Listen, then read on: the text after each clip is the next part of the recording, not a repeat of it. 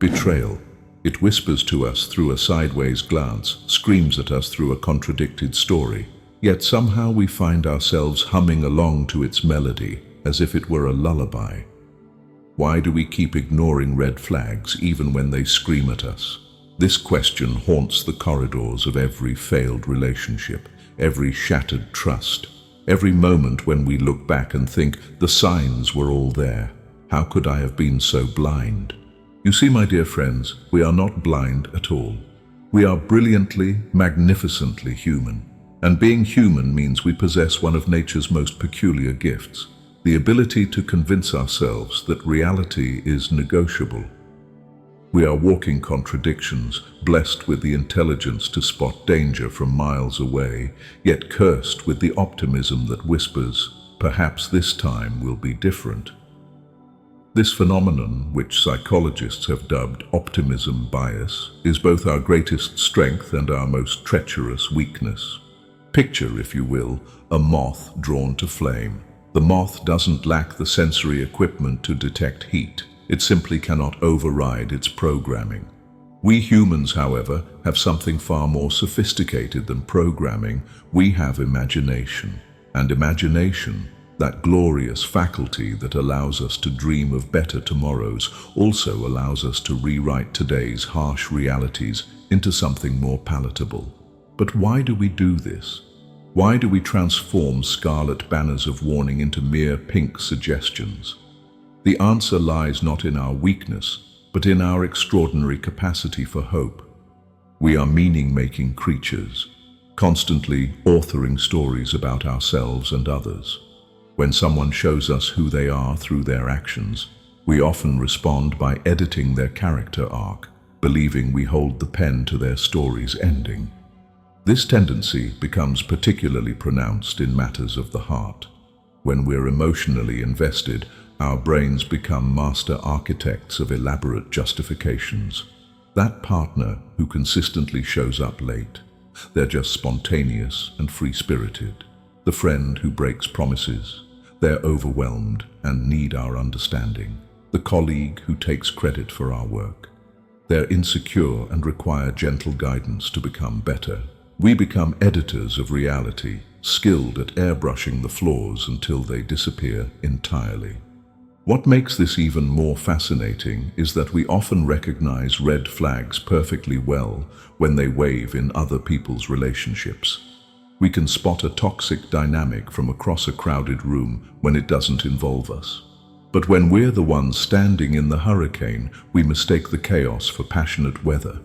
Our emotional investment creates blind spots so profound that we can navigate around them without ever acknowledging their existence. The optimism bias doesn't merely suggest that good things will happen to us. It insists that bad things happen to other people. It's the psychological equivalent of wearing rose-colored glasses while standing in a thunderstorm, convinced that the lightning strikes everyone but us. This bias serves us well in many areas of life, propelling us to take risks, pursue dreams, and maintain hope in the face of adversity.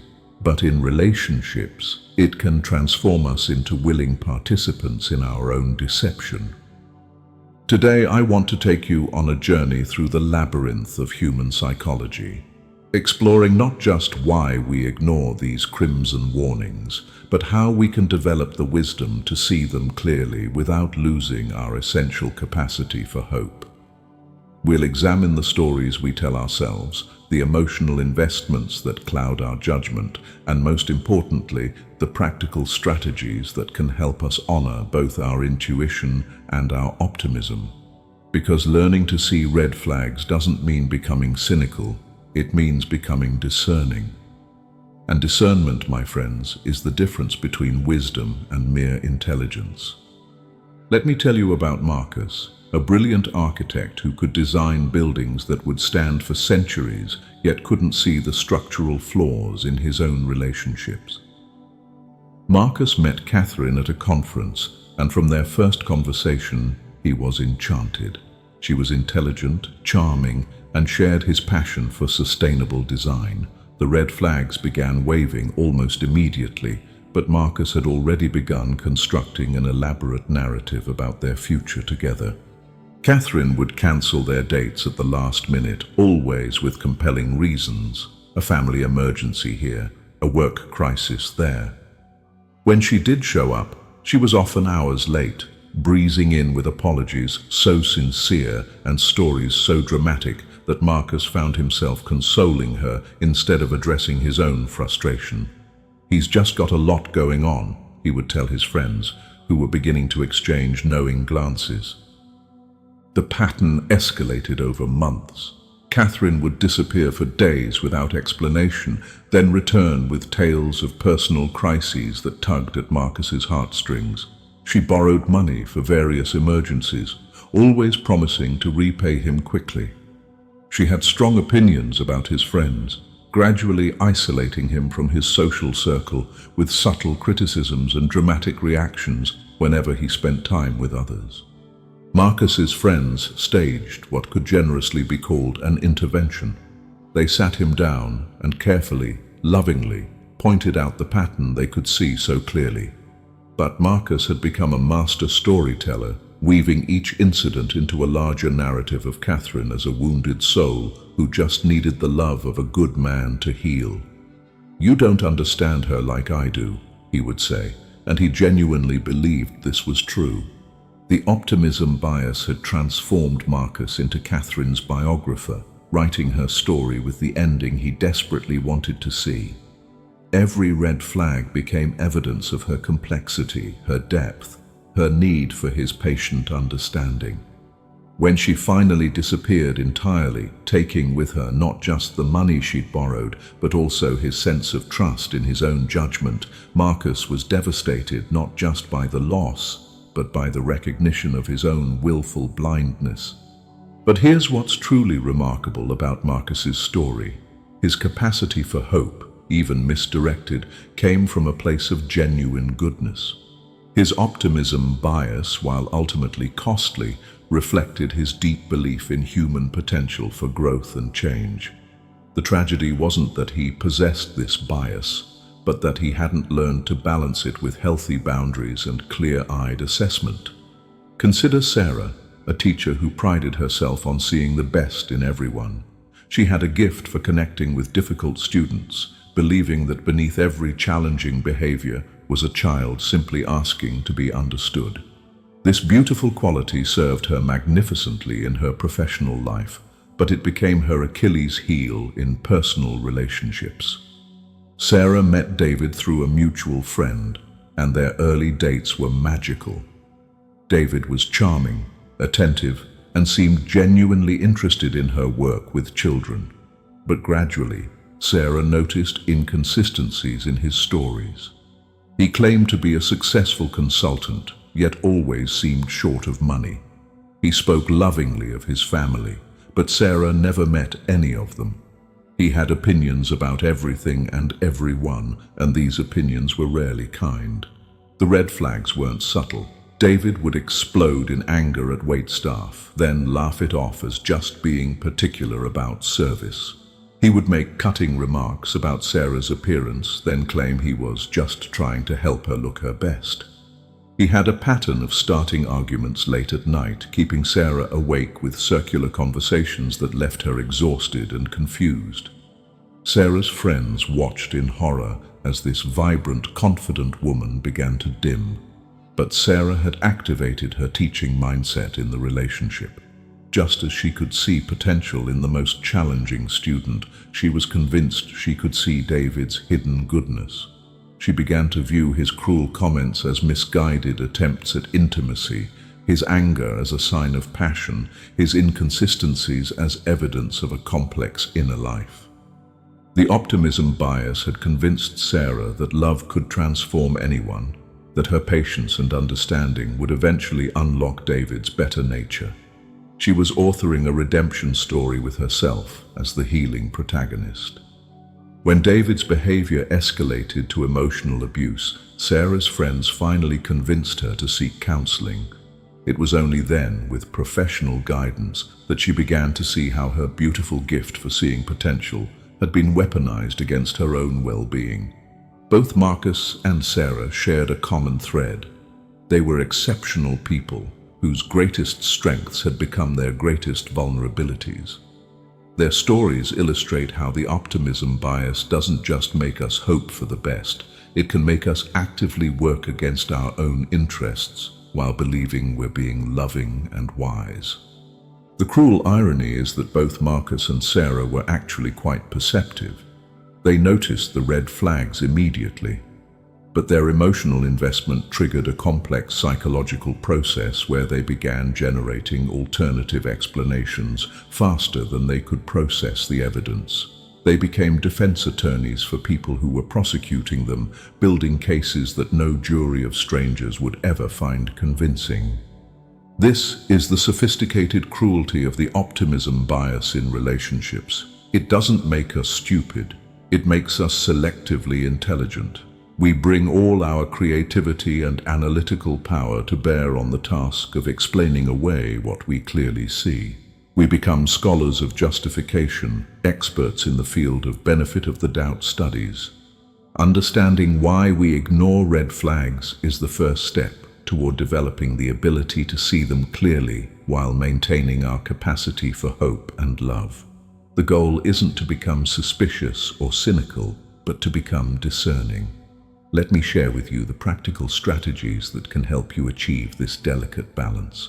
First, develop what I call emotional archaeology.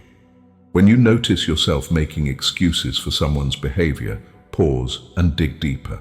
Ask yourself, if my best friend told me this story about someone in their life, what would I advise them? This simple reframing can cut through the emotional fog that clouds our judgment about our own situations. Write down the facts of concerning incidents without editorial commentary, just the facts. Then read them back to yourself a week later. You'll be amazed how different they sound when separated from the heat of the moment and your immediate emotional investment. Create a pattern recognition system. Keep a private journal where you note incidents that make you uncomfortable, along with the explanations you accepted at the time. Review this journal monthly. Patterns that are invisible day by day become crystal clear when viewed over time. The person who's consistently late, consistently unavailable, consistently making you feel bad about yourself, these patterns emerge clearly when documented objectively. Establish what I call non-negotiable boundaries. These aren't ultimatums, they're standards below which you will not allow your well-being to fall. How you deserve to be spoken to, how your time should be respected, how your feelings should be considered. Write these down when you're emotionally neutral, not in the heat of conflict.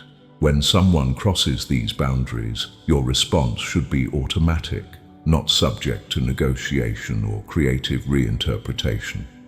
Practice the friend test regularly. Imagine your dearest friend or family member was experiencing exactly what you're experiencing. What would you want for them? What advice would you give them? What would make you worried about their well-being? We often have much clearer vision when we remove ourselves from the equation. This isn't about becoming detached from your own life, but about accessing the wisdom you already possess when it comes to others' situations. Develop reality-checking partnerships with trusted friends or family members. These are people who have permission to point out patterns they observe without you becoming defensive. Establish this agreement when things are going well, not in the middle of a crisis. Give them explicit permission to share their concerns and commit to listening without immediately defending the person in question. This creates an external accountability system for your internal blind spots. Learn to distinguish between potential and trajectory. Potential is what someone could become under ideal circumstances. Trajectory is the direction they're actually moving based on their consistent choices and actions. We fall in love with potential and marry trajectory. Focus on what people are consistently demonstrating, not what they could theoretically become with enough love, patience, or intervention from you. Understand the sunk cost fallacy in emotional terms. The The longer we've invested in someone, the harder it becomes to acknowledge that the investment isn't paying dividends. But emotional investment, like financial investment, sometimes needs to be written off as a learning experience rather than doubled down upon. The time you've already spent doesn't justify spending more time if the fundamental issues remain unaddressed. Practice emotional distancing techniques when you need clarity. When you're struggling to see a situation clearly, create physical and temporal distance. Spend a weekend away from the person in question. Spend time with other people who make you feel good about yourself. Notice how you feel when you're not managing someone else's emotions or walking on eggshells. This contrast can be powerfully illuminating. Create decision trees for concerning behaviors. Before you're in the heat of the moment, decide how you'll respond to certain red flags. If someone speaks to you disrespectfully, you will leave the conversation. If someone consistently breaks commitments, you will stop making plans with them.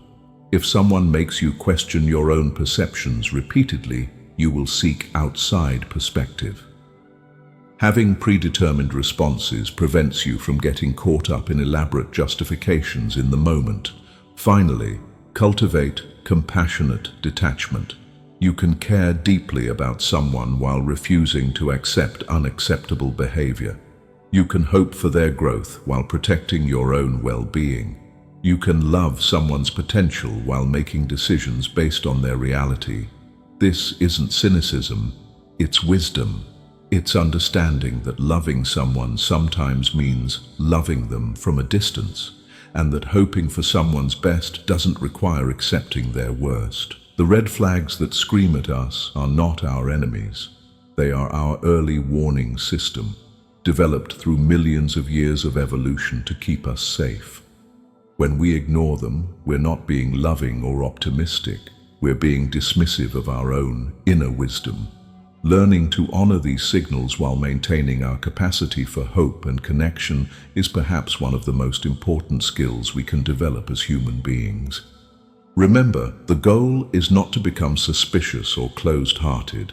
The goal is to become discerning, to develop the ability to see clearly, love wisely, and protect the precious resource of your own well-being. Because you cannot pour from an empty cup, and you cannot love others well if you don't love yourself enough to insist on basic respect and consideration. My dear friends, we began this journey with a simple question. Why do we keep ignoring red flags even when they scream at us? We've discovered that the answer lies not in our weakness, but in our extraordinary human capacity for hope, meaning-making, and love. The optimism bias that leads us astray is the same psychological gift that allows us to dream, to risk, to believe in better tomorrows. The tragedy is not that we possess this bias, but that we've never learned to harness it wisely. We've been taught that love means accepting everything, that hope means ignoring evidence, that optimism means dismissing our own instincts. But true love, love that heals rather than harms, love that builds rather than depletes, requires us to be clear-eyed about reality while remaining open-hearted about possibility.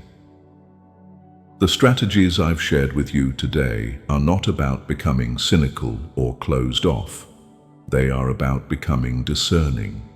They are about honoring both your beautiful capacity for hope and your precious need for well-being. They are about understanding that you can love someone's potential while making decisions based on their trajectory, that you can hope for someone's growth while protecting your own peace. Think of Marcus, who learned to channel his architectural precision into building relationships with solid foundations rather than beautiful facades. Think of Sarah, who discovered that her gift for seeing potential could be balanced with healthy boundaries that protected her ability to continue teaching and loving. Both found ways to maintain their essential optimism while developing the wisdom to see clearly. The red flags that wave in your life are not obstacles to love. They are guideposts toward healthier love. They are not evidence that you should close your heart, but rather signals that you should open your eyes. When someone shows you who they are through consistent patterns of behavior, believe them, not because you're giving up on human potential, but because you're honoring human reality. Your well-being is not selfish, it's essential. Your boundaries are not barriers to love. They're the framework within which healthy love can flourish. Your instincts are not paranoia. They're wisdom speaking in a voice that deserves to be heard. So I challenge you, starting today, to begin practicing the art of discerning love, to notice the red flags without becoming cynical, to hope for the best while preparing for reality, to love others while refusing to abandon yourself in the process. Keep that journal, establish those boundaries, trust those instincts, seek that outside perspective when your vision becomes clouded by hope or investment. Remember, you are worthy of relationships that enhance your life rather than diminish it. You deserve to be with people who are moving toward their better selves, not just people with the potential to do so someday. You have the right to insist on respect, consistency, and consideration, not as earned privileges, but as basic human dignity. The red flags will always be there, waving their urgent warnings. The question is not whether you'll see them. Your wise inner self always sees them. The question is whether you'll honor what you see, whether you'll trust your own perceptions, whether you'll love yourself enough to insist on love that loves you back. The choice, as always, is yours. Choose wisely, love discerningly, and never forget that hope and wisdom are not enemies. They are the greatest of allies in the beautiful, complex journey of human connection. If you believe this video might help someone dear to you, share it with them. A small gesture on your part could mean the world to a friend in need.